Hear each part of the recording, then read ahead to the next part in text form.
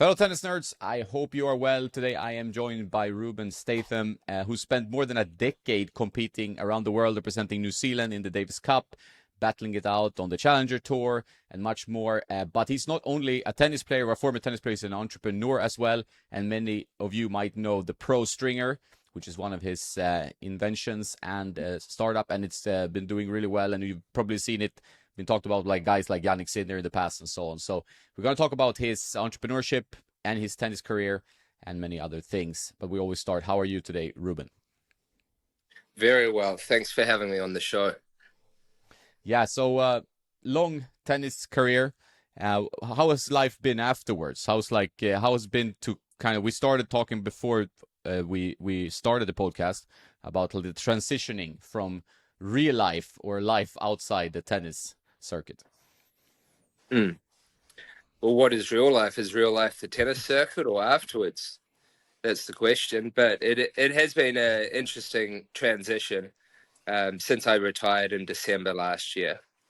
But relatively easy. I have obviously Pro Stringer to run, and so I've kept myself busy, and I've been able to kind of fill that void of playing tennis with other projects, and so it's been a relatively easier transition than I thought, or maybe what most players, from what they tell me, have been through, where they've kind of stopped after a long career and gone, okay, what's next for life?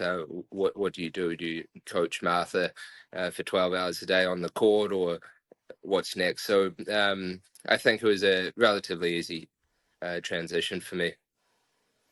Do you, I mean, you do some coaching, of course, and you've been involved in that. Is that something you want to dedicate yourselves to, or you don't really have time with the Pro Stringer and other businesses you do? No, no coaching at the moment. It's yeah, it's just setting priorities. If I coach, then no one gets stringing machines. So yeah, I've got to make sure the world gets their string machines to travel with, and yeah, not much time for coaching. I did a little bit the last couple of years as I was winding down my career. I worked a bit with Marcus Giron and Max Purcell, and did a series of events with both of them and pre-season training and that type of stuff. But just with the launch of our new machine Cybex last month, yeah, it's unfortunately tennis has had to take the back seat. Yeah, that's understandable, man. And you talk about Cybex, but before we get into the new machine, because you have a few iterations of the Pro Stringer already, how did it come about? Like, where did you get that light bulb moment of like, okay, I need a portable stringing machine? Because I guess it came from your needs primarily. Yeah, it was just with a pain point, really. Me and my twin brother, we were playing on tour, and our first 2 years, we spent about 17K USD per year between us. We're breaking 1-2 strings, 1-2 rackets per day, playing in Europe on clay, and just breaking a lot of strings. It's a big expense for a single expense, especially when you're starting out on tour and you're not making that much money. And so that went on for a couple of years, and then I said, look, we're going to do something. So we traveled with a manual drop weight machine, which is about 30 kgs, and it's a portable machine. But of course, tricky to travel with all of your other equipment. You've got a lot of equipment to play tennis, to travel week to week, 35 weeks a year on tour. So we had to split it into each other's bags and pay overweight baggage, and nightmare, and it not functionally great to use. So yeah, I spent quite a bit of time in between matches in my hotel room coming up with kind of a solution of some design that I thought would work. Not being from an engineering background, just figuring it out. And then I was fortunate enough to to, well, I went to Korea and I played a tournament there, and the first week was in Seoul, and me and my brother was there, and this was entry level professional tennis, not many people watching, and I had a Korean fan or guy clapping for me that I noticed, and then I kept winning a few matches, semi-finals, he's still there. And then we played another event in Busan, which is the bottom of Korea. It's about 3 hours away. Again, same person was there, and so he was near the players' lounge, and it got to the point I saw him, and I thought, okay, I've either got an amazing fan here and a great guy, or I need to call the police because he's stalking me. So I was like, okay, we'll go with the first option to start. So I got a couple of coffees and had a chat with him. And my brother was in the players' lounge stringing on this drop weight machine. And I explained the situation, why we have this machine, the expensive, da da da. It turns out he's an electronic engineer and obviously a tennis nut. So good combination, kind of what I was looking for at the time. And we spent a lot of time together, and to make the first prototype together. But there was really no intention to make a business. It was just to help reduce those expenses and to have some performance benefit of, because you're traveling, and if you do hand the rackets in, you have guys using different machines. They use different techniques to string. Every week you're getting a different result in your racket.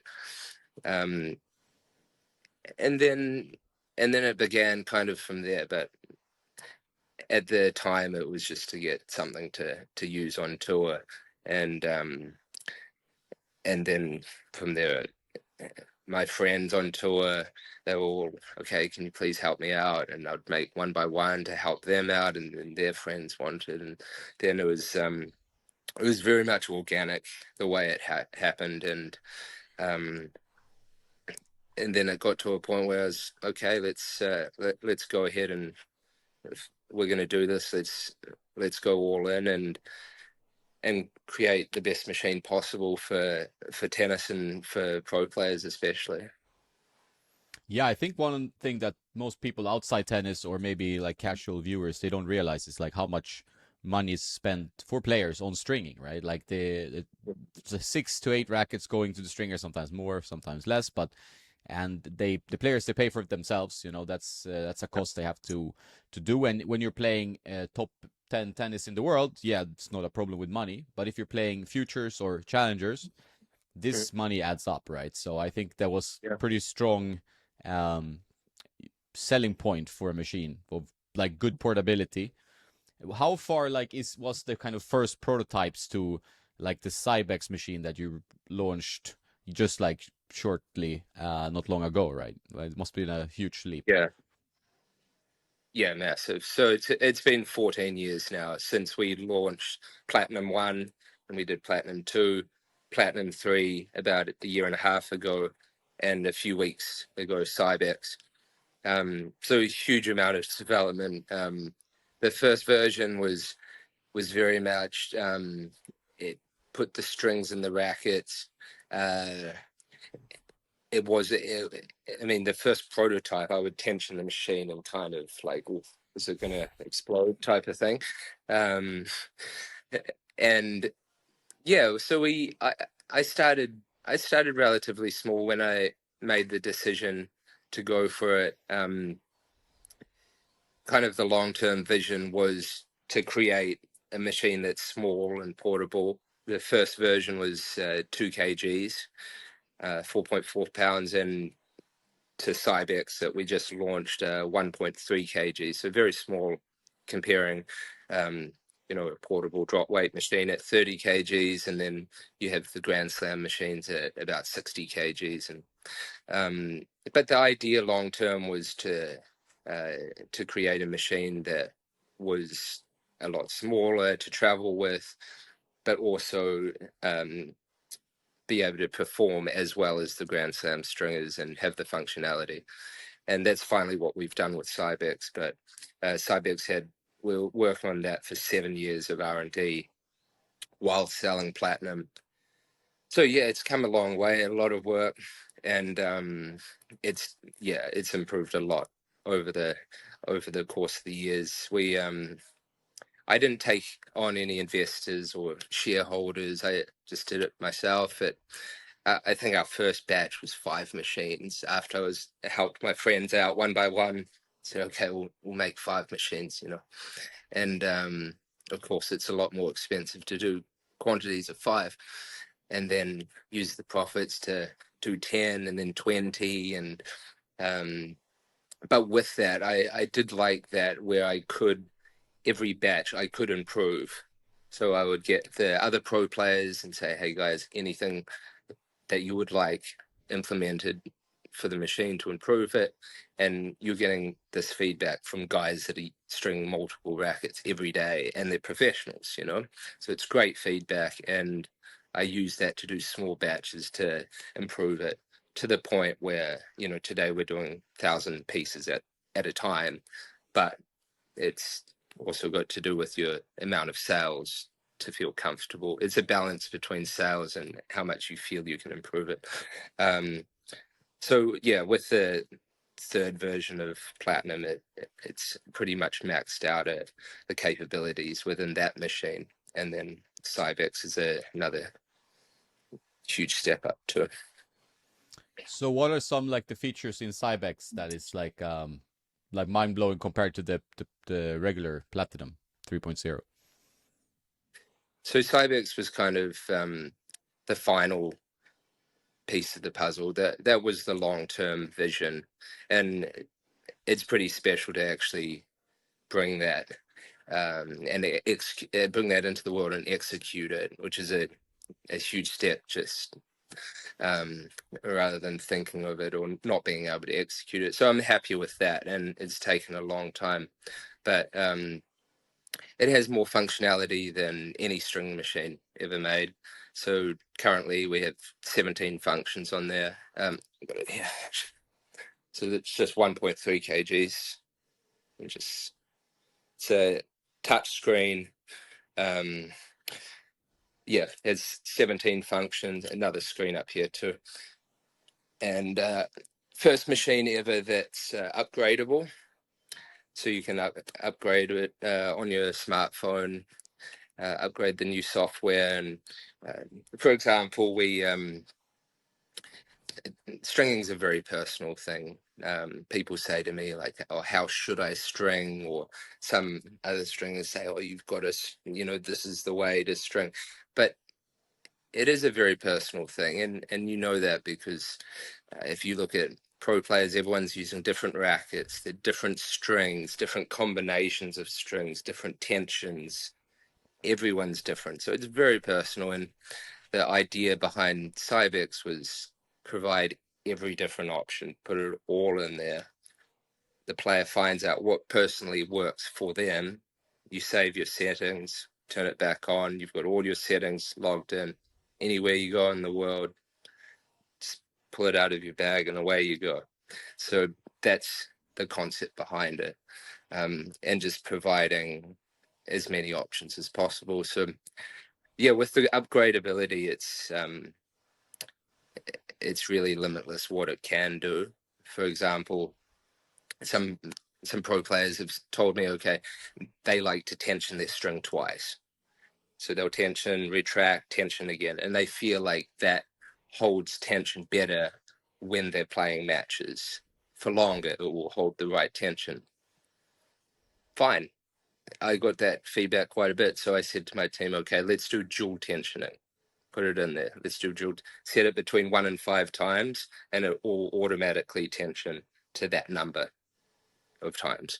Let's call it dual tensioning. Put it in there. So upgrade it via your phone. Boom, we got 17th function dual tensioning. So that's where it's really limitless what it can do, and no other machine, even the Grand Slam machines that are very expensive, can't do that. So it's been it's been really cool. And then yeah, even some of the players out at Wimbledon using it and giving feedback on that have used the platinum versions before, and now the Cybex, and it's been pretty cool to get the feedback on it. And yeah, as I said, it was kind of the long-term vision and what I wanted to achieve from the start, having the portability plus now the functionality. And it's I'm glad to kind of be able to leave something behind for players and for tennis. And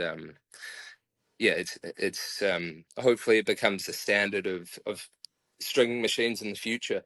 And it's already pretty much there anyway the last few years. So yeah, it's been a great adventure. And to mix it with my professional playing career for 21 years, it's been tough to do both in parallel. But yeah, good times. So, how do you notice, like, when you deal a lot with pros, like that, there's a more thinking around gear, and like the strings are very important. Like people are very picky with strings or when to drop their racket at the stringer, if they, or when they string themselves, they want to be in control, right? Like, and they want to know what they're doing, and they're looking for a little bit more from their setup. Is that something you've noticed, like when you talk to players when you're on tour, when you're playing yourself? I don't know how much of a gear nerd you were, but it's do you have you seen that trend? Yeah, you have different levels within different players. You know, some players actually I've spoke to that are very high level, and they have no idea about strings or tensions or anything. I'm like, how are you that good at tennis? You how? But most players are very specific with their equipment and very or almost OCD, as you see, with all aspects of their equipment. And um, that's kind of the normal. And you know, when you go to these pro events, it's the routine. You get there, you know, 2 3 days ahead if you can. And how it works is these guys are that don't have the machine. The whole conversation is, oh, okay, you handed your racket in at 50. What do you feel like it's at? Or 48? Maybe I should put my racket in at, you know. And everyone's desperately trying to figure out where their racket's getting strung at the correct tension for that stringer and for that week. And they're just handing in rackets up and down the tensions to try to figure out what's right for them, which makes sense. But you know, obviously, if thousands of players that are using Pro String on tour, they know exactly. They're just in their hotel room, 50-50, and it's going to be right. So having that peace of mind, especially kind of, you know, you're in the third set, it's 5-4 in the third set, and you break a string, you bring out a new racket, and what's in this, you know, you might double fold or lose 2 points, boom, the match is gone. So being in control of your equipment is very important, and there's obviously very fine margins in tennis between winning and losing, and that's been the feedback from players and also experience of playing myself. But yeah, that's kind of the routine of how it works when you're at the tournaments and they're just chatting away. And I'm like, oh, guys, I wish there was an alternative. I wish there was a solution. But yeah, it is important, and it's important for especially juniors coming up, understanding their equipment and being in control of that rather than letting external factors dictate certain results. Yeah, it makes sense. Now that you're like a business guy instead of a tennis player, like what have you been able to use from your life as a tennis pro, which is a pretty cutthroat environment, to business, to running a business? Well, it's actually very similar. There's a lot of parallels between playing tennis and running a business. So it's not a team sport. It's you hire who you need as a coach, a physio, mind, nutrition, whatever, all the elements of tennis, and you need to tick all of the boxes, right, to have a successful career. And obviously in a team sport, all of that's provided for you, but tennis is the opposite. You hire those people, and in business it's the same. I can't succeed like I was at the start with a little pencil in my hotel room doing designs of some crazy machine that everyone thinks won't work. I need a proper engineer. I need a good one. I need people that can execute all the different elements of the business. And there's a lot of them. And you need to tick all the boxes to bring a world first products to life. So there's a lot of similarities that I've learned from playing tennis that have kind of transferred over. I guess the difference for me is I was doing it all at the same time, which was quite interesting. It's like, I mean, my friends on tour would laugh at me because I'm on the phone as I'm talking to a reseller as I'm walking onto the court to play a match, and then I'll get onto the court and 60% of the guys that the last few years that I was playing use Pro Stringer. Oh, hey, Ruben. And, a few times, like at the coin toss, the guys, I said, oh, I need some replacement clamps. And like, oh, let's just wait an hour and a half, just beat me up at tennis and then we can have a chat. Yeah, so it was interesting doing both at once. I think I'm not sure that was the situation for anyone else playing, but yeah, it was quite an interesting one. Yeah, I can imagine. Do you think you will miss the competing though? I mean, you compete in business, but tennis has a specific like intensity in the competition sense. Yeah, there is certain elements of tennis that you can't replicate. That feeling of you play a 3 hour match, or in Davis Cup I played matches 5 hours 15, and you come through and you win for your country, and that feeling that you get, you can't replicate that in real life. I don't wake up in the morning and a reseller's bought 100 machines, and I don't feel you can't replicate that. So there's certain things that you can only get in professional sport. And yeah, you miss that, and those type of feelings, and emotions can be kind of addictive, where you want that feeling again. But for me, I played 21 years times 35, 40 weeks a year. It's a lot. So I really maximized my time. It got to the point the last 6 or 7 years where I could feel there was a bit more purpose in business to give back to the sport rather than just playing myself. And I realized that pretty quickly, actually. Probably early 20s, I looked at the system of tennis, and very difficult for anyone to actually make money out of the sport. And I got to 280 in singles, 130 in doubles, but as realistically as I could kind of see from a third person point of view, like, I can do certain entertainment playing tennis, but no one's I'm not a Federer or Djokovic, and I felt like with Pro Stringer, this was a way that I could leave something behind that would last and that would be purposeful for the game, rather than so much myself playing. So that was kind of my mindset, even from the early 20s, just having like a broader vision of the situation.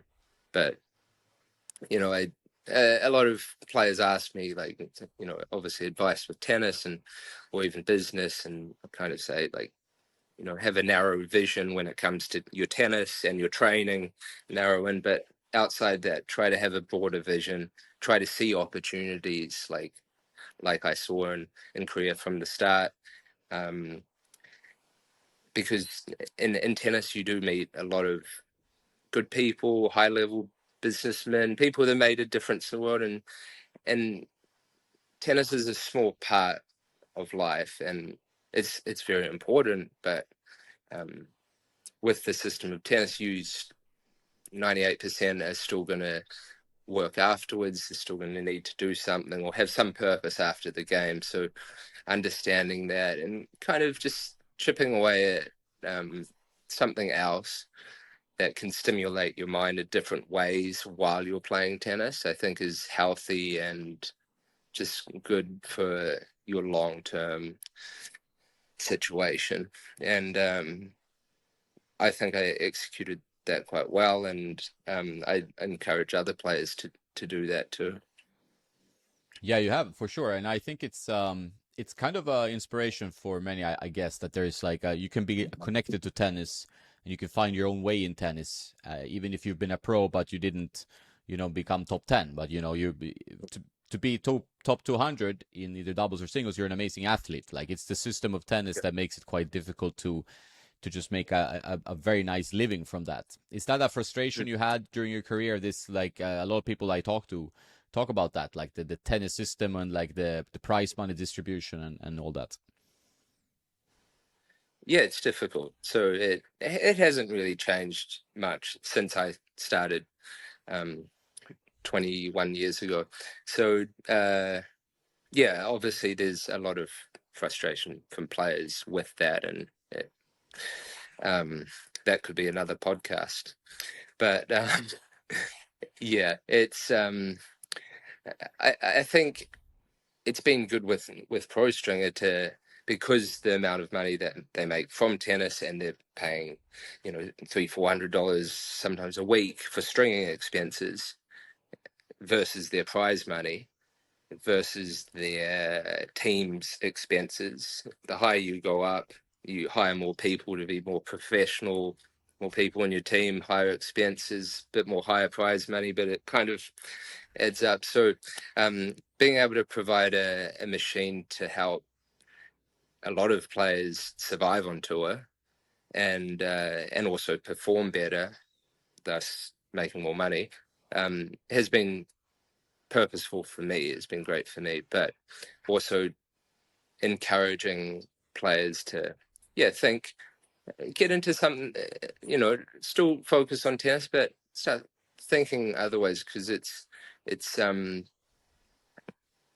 there's only a small percentage that makes money out of the game, with the unfortunate, let's say, situation that it's in. So I've had 21 years of these conversations, obviously with players, but it's kind of, it's a monopoly. There's no alternative. What can I do? I can only provide some form of assistance with my business that's been mutually beneficial, and that's the most I can do from my perspective, which has been good. We've sponsored hundreds of thousands for pro players and juniors, whether it's, we just give discounts or sponsorships, patch deals, all this stuff, just to give back to the game as we increased popularity and sales. We just did a foundation in Zimbabwe just last week. We've did another one with Vanya King Serving Hope in Uganda. We sponsored with machines, and that was actually an interesting one because we sent some machines and strings there so they can string rackets, and they didn't have power supply like we do it in every room, so they had to go to a specific one place, one room to string, and they all want to string on the machine. They couldn't do it, and so then I signed this thing, like a portable battery pack that was powerful enough to string the rackets. And this is actually the second version, but the first one was a bit bigger and heavier. Sent them out, they're all happy. But then it spurred the idea of, okay, like, we don't need PSU, we don't need power supply units. We need more portability, more options. And then, yeah, some pro players have been using this, and sent me a video a few days ago, stringing on a train on the way to a tournament. They just put the lid down, stringing on the train, and yeah, like made it even more portable and more options. So all of these type of things, and being really involved in the game is important, because I am the customer basically, and a lot of my friends, pro players, were the ones giving feedback, and then yeah, people ask me like, "Oh, I want to get into business. Like, oh, what should I do? Any ideas?" And I always say, like, you've got to be a specialist in the field. You have to do it. Even my twin brother the other day, he's wanted to invest with commercial drones, and went into the showroom, these commercial drones, and I said, okay, what does this part do? What does this part on the wing do? Don't know. Don't do it. You really, it's competitive out there, and you really have to be a specialist. So that's helped, um, and yeah, it's been really good to develop and leave back something special for the players. And I think a realization for me was actually after I finished hip surgery and I went back to play. I played some smaller events to start up again, and I went in the first week. I went into the players' lounge, and this futures event, and there was 6 tables, and 5 of them guys were on the table stringing on pro string, and so okay, that was when I kind of realized, and yeah, it's been great. Yeah, it's a good viral social idea that what's the weirdest location you've strung a racket, like on a train is pretty weird. Maybe you have someone doing it on a beach, or maybe, you can encourage people to string in odd locations with the power bank, right? Because it makes it ultimately super portable. And I think for tennis players, like it's a way to also kill off some time, right? Because I see a lot of tennis players on their phone, which is not the most healthy way to after a match or after training, especially with all the like betting people going crazy and sending mean comments if you lose a match, or if you win a match. I think it's good not to be on the phone. So maybe you string a racket, it gives you some, like, for me, I find it pretty boring, but it's some kind of meditation, especially if you don't listen to anything. But it takes your mind off a little bit and lets you do something. Yeah, it does. It does. Yeah, so it's also beneficial for players, as in with pro stringer, you just you have the machine right up against the frame. It's all in here, so it gives you the ability to sit down to string. With other bigger machines, you need to stand up because you need to use it in a wider area. So the players, you try playing like 3-5 hour match and then standing up to string, it's not good. So they can finish playing, cool down, recover, and just sit down and just string in here. I'll tell you, they normally do have their phone, and they're still looking at it. It's right there. But so it doesn't take them off the phone, but it is kind of a form of meditation. Yeah, I'd call it that, especially for me. I string every day. Once I'm done with all my business stuff, I'll still string every day just to practice, just to keep. Every time I string a racket, okay, we can change that, we can tweak that, and it's good to keep directly involved with the product.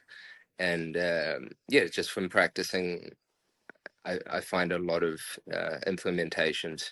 So I try to do that, but it's great for the players to be able to sit down and string and potentially get off the phone. But see. Yeah, for sure.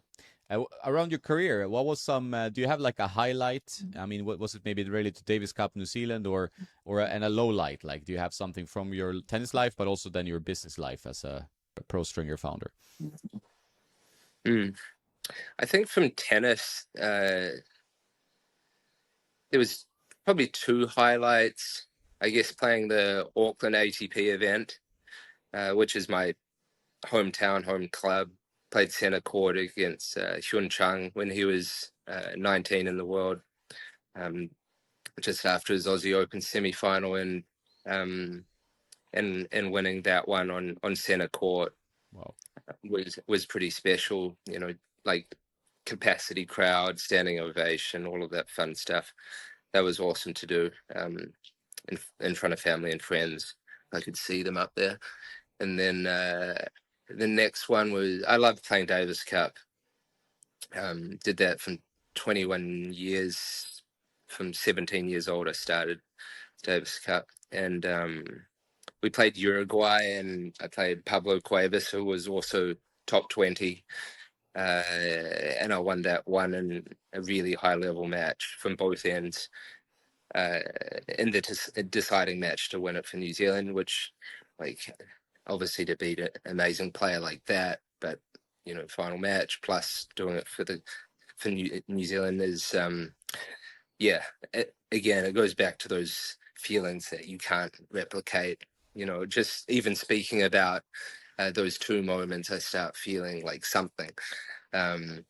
Yeah, so some special moments in tennis, but obviously like a lot of lows too. Like we talk about standing ovations. Normally it was against me 90% of the time, so it's a lot of highs and lows in tennis, and it's week to week. You can win a tournament Sunday, you fly to the other side of the world, you're a bit too up or down mentally, you're complacent, or you're a bit too down on your past results, boom, you lose first round. It's really, yeah, you need to be very mentally stable, and yeah, mixing in with developing world first products. It was pretty full on 20 years. So I'm enjoying Bali life for a little bit now to recover. Yeah, it does sound pretty full on. Did you have a moment like in the start of the pro stringer where you felt like, okay, this is not gonna work, or you had a setback, and like in contrast to that, did you have a moment where you're like, okay, this is actually changing the sport a little bit, or like this is actually doing something serious for the game? Yeah, it changed a lot over the years, a lot. But at the start, I would wake up in the morning, I'd eagerly turn my phone on, and I'd like, is there any, like, turn the airplane mode off, and is there any sales? Like, does anyone believe in this crazy idea of mine? And some days no, and you get one sale, and you're like, oh great, this is fantastic. And then you fast forward to up to the last 7 years, where I wake up and I look at my phone, I'm like, oh, I don't touch it until I've done my morning routine. I've had my coffee. I'm fully locked in to be able to, touch the airplane mode, and it's just exploding. So it's completely changed over the years. But initially there was, of course, with everything, there's initial investment. Is this going to work? At the start, you'd get all this forums or feedback like, oh, this is a toy, it's not possible that something 1.3 kgs could work as well as a 60 kg machine, scan, blah blah blah blah. But I knew its capabilities, and I knew its potential, and I believed in that very strongly, and willing to do the work, and willing to lead a strong team to be able to bring it into real life, and improve it over the years to where it is now. And yeah, it is an initial risk, and it's probably a couple of 100K down the first few years. And one machine has 82 specially made parts. These molds, you need molds for these. You have generic things, motors, gearboxes, but you have these molds, and they're very expensive, and it's a big initial investment to create something that is new, especially as advanced as this. So it is a bit of a risk versus reward type of thing, and yeah, I'm just happy to pull it off, and to leave back something special for players. I think that's great. And sure, with my tennis career, I probably sacrificed a bit of my career high potential, but I think the long-term vision and just the broader vision is more important. That I did focus more on the pro stringer side of things. Yeah, I mean, it's you can always have regrets about everything, but I mean, life is where life is, right? So you just have to forget about that and keep going.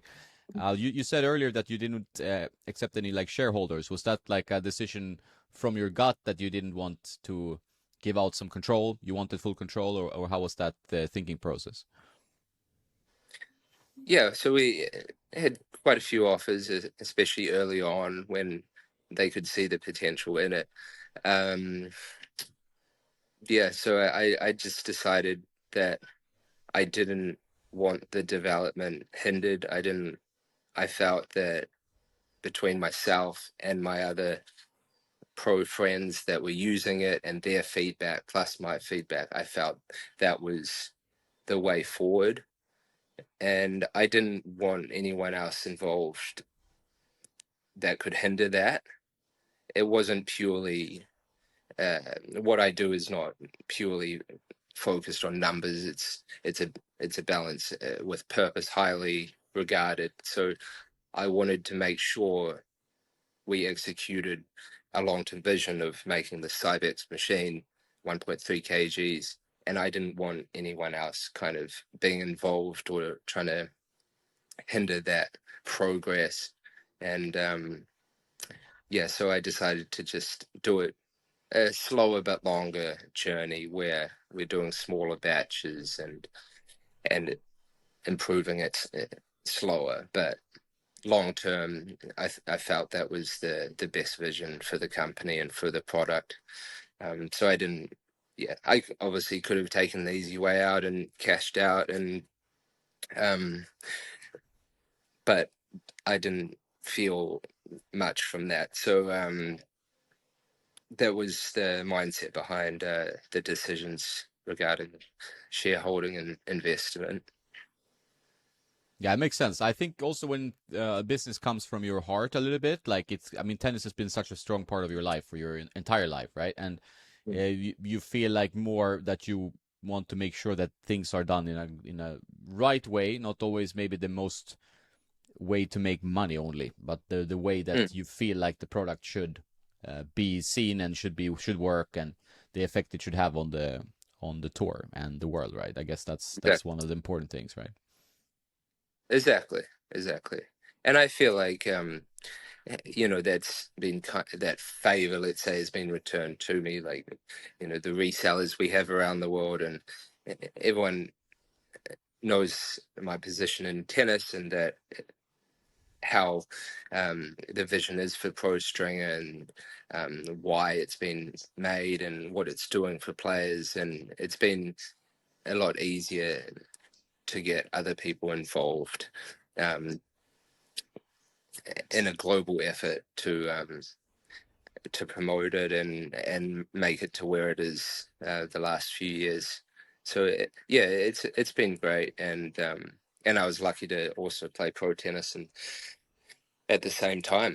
So um, yeah, happy to do both.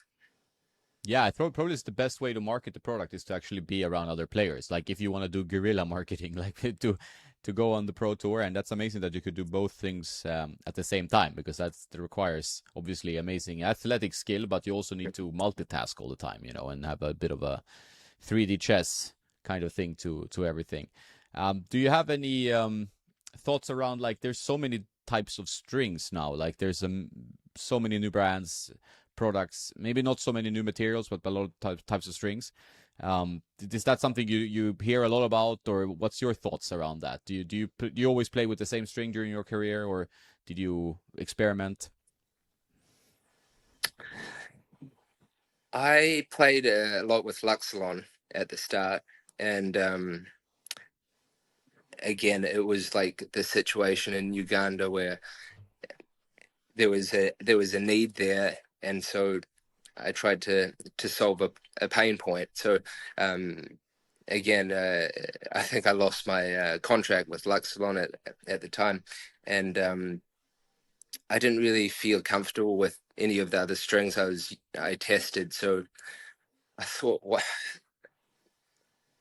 I'm going to make my own string. Let's go. So we did make. I tested every different material and shape and gauge, everything. And for myself, I came up with a square-shaped blue string. Me and actually Marcus Turon, a pro player, we were in California at his place, and he tested the string, and he's like, "Wow, this is amazing." He started using it. I said, "Oh, do you think I should start selling it?" I don't really like, again, string, like just to do one of the million strings. It doesn't sit that well with me. There's no purpose behind that, I feel like. So I didn't really feel like launching strings. It was just more of a, for my situation. Marcus liked to use a string. But anyway, we're sitting around and so, okay, maybe I should put it on the website, because it is a very good string. And then, so what should we call it? And we were watching Zoolander, the movie, and one of the catchphrases was blue steel, and it's a blue square shaped string. So okay, I'll call it blue steel. Put it on the website. Let's go.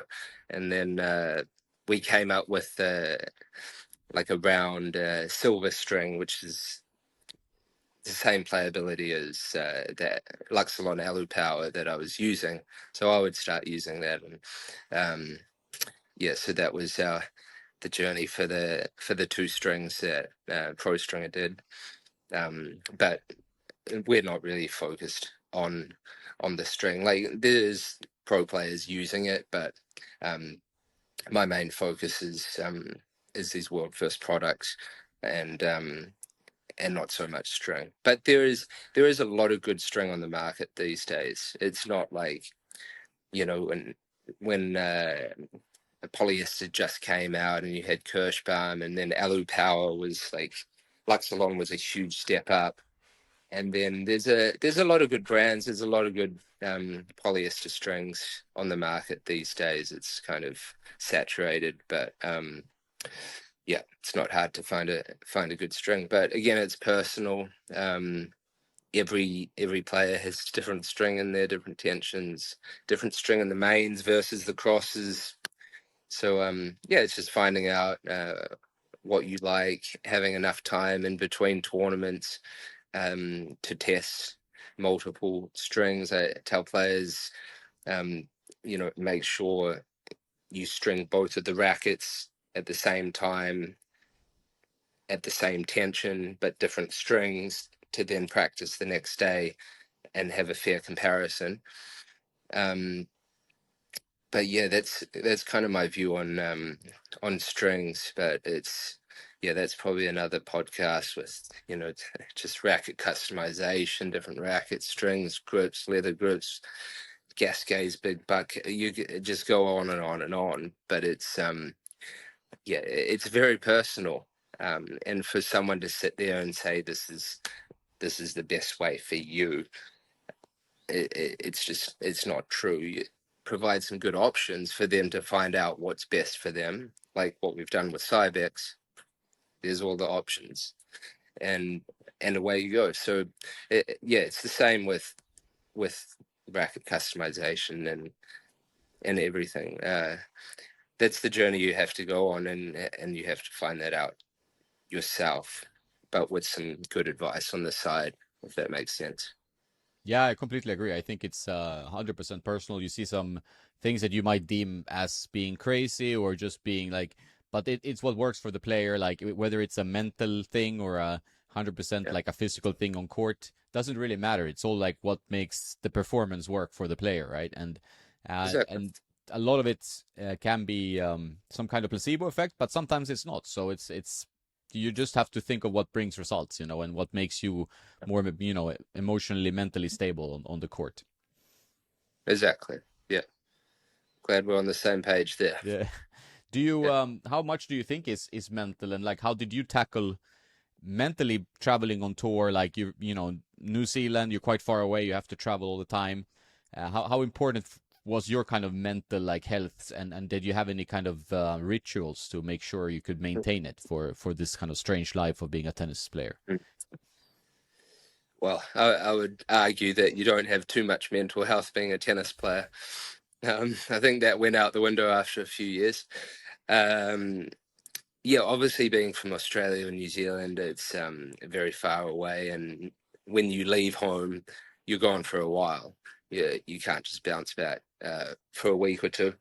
So generally, you have to have a base overseas, but you're playing 35, 40 weeks a year sometimes. So you're just bouncing tournament to tournament, trying to stay mentally sane. Uh, do you have the resources to have a coach or a physio or a bigger team to kind of help your progression or help your stability? Yeah, everyone's in a different position, and I still think tennis players are the best athletes in the world, and they're in a pretty tough environment, tricky system. It's tough mentally, but it's always been that way. Uh, I guess these days with social media, you hear a bit more. People are a bit more open about how they feel about that. Players are a bit more open, but yeah, it's always been that way. And you're an entertainer at the end of the day. You're out there entertaining. You have to be a good example for the kids coming up, a good role model, and yeah, considering that is also important before venting too much um, publicly. But I think it makes you pretty mentally strong. Either it breaks you or you become pretty mentally strong. Um, and to be honest, like even to run a world first international business is probably it was probably way harder playing tennis. Like, so my point is that if you can do it, if you can get through all the challenges and find solutions, and um, you become a pretty strong person mentally. And I think after tennis, you're going to fall on your feet well. So I think I think it's a good thing, and the type of experiences that you have, you don't get to travel to 35 countries a year potentially, and travel to all these places. And if you're sitting in an office or just studying, so you do have a experience that most people just won't have in their life. And um, if you do like the travel, I think some players, they like to travel like myself. I love to travel to experience new places, and but a lot of players don't like that. They don't um, don't want those external experiences, which are good. Because tennis is a small part of life, even though it feels different when you're in the environment. So yeah, I always encourage guys to just try to have one experience outside of tennis per week. Just see the city you're in if you have time, or you know, um, or even like I did with business, start stimulating your mind in a different way. Instead of playing video games inside your room, or always, how could you be more productive, or uh, how can you develop your mind in a different way that might actually help balance out the pressures of tennis. So I encourage those things with the people that I've helped. Yeah, it sounds good. I mean, I think the balance is important. Like you can't, if you put all your eggs in the tennis basket, and when the basket kind of breaks or falls over, or you feel like you've lost a big match, or you're not taking your chances, like the world kind of ends for you mentally, right? Like, and then Yeah, you have to rebuild. So it's good to have a something outside tennis, whether you play an instrument, or you do another sport, or you have another hobby, or you run a business, or I think it's always good to have something where when tennis doesn't feel so great, you can move to that thing and feel probably yeah, better, or just shift your focus a bit. exactly. It's yeah. And that's how it was for me at the start of my career. Tennis is everything. Like, it's even linked to my personality, everything. And when you lose matches, like, who am I? Like, that's everything that I am. And then later in my career with Pro String and everything that was happening there, I had to remind myself that I was a tennis player. It was complete. Like, I'm sure no one's been in that situation before, but yeah, it's completely opposite. But it's finding that balance, I think, is more healthy. If you want to have a good career, just finding something that can stimulate your mind in different ways, but not too much. Yeah, true. I think that's a good point. So for Yeah. you now and Pro Stringer, you launched Cybex. Like, what's next on your agenda? Like, how much do you have? Do you have like a marketing launch plan? Like, what's happening in the Pro Stringer world from now on?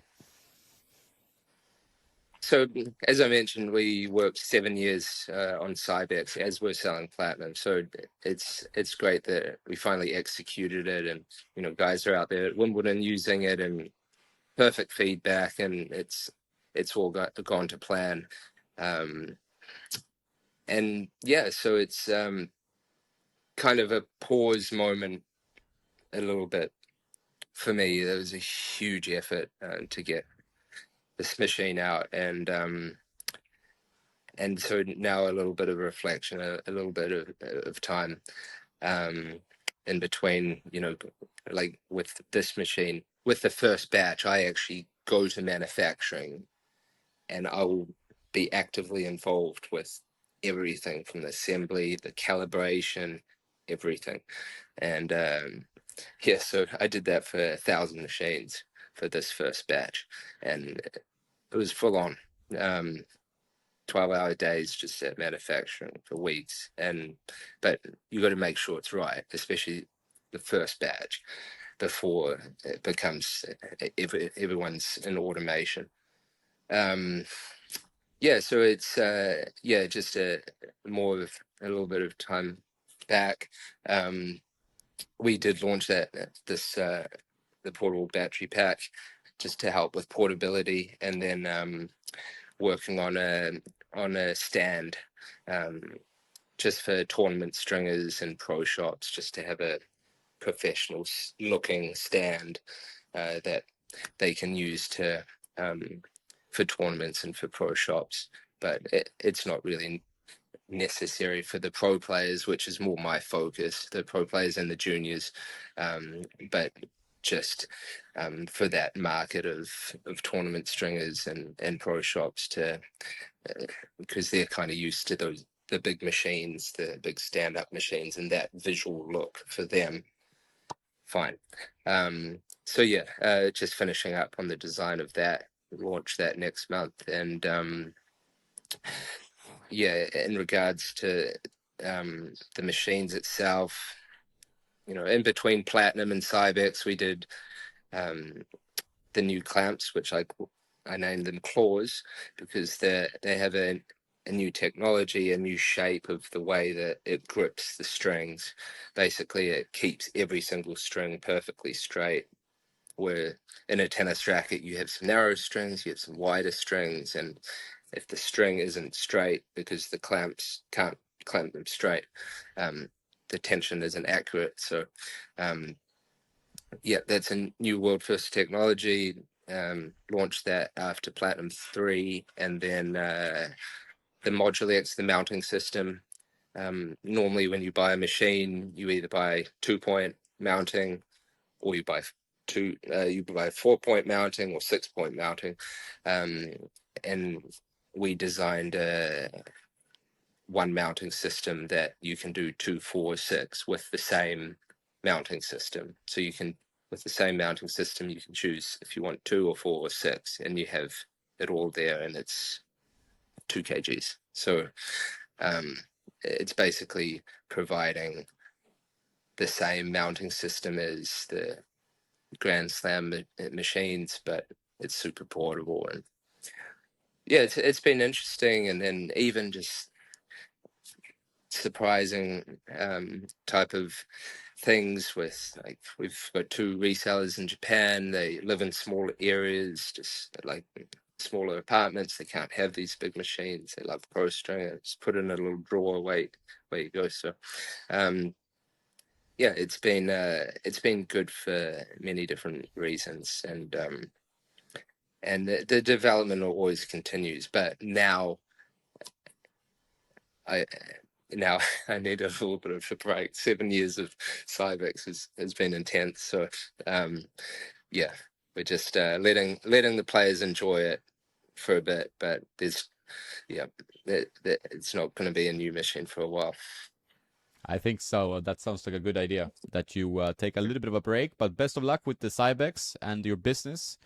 And it was very interesting talking to you, hearing about your challenges as a player, but also as an entrepreneur. And I'm sure we'll see the Cybex a lot around the tours and the Grand Slams. See players stringing. That's nice. That's taking it to the next level. And thanks a lot for your time, man. Thank you, Jonas. Appreciate it. We'll chat on the next podcast. For sure. Anytime you want.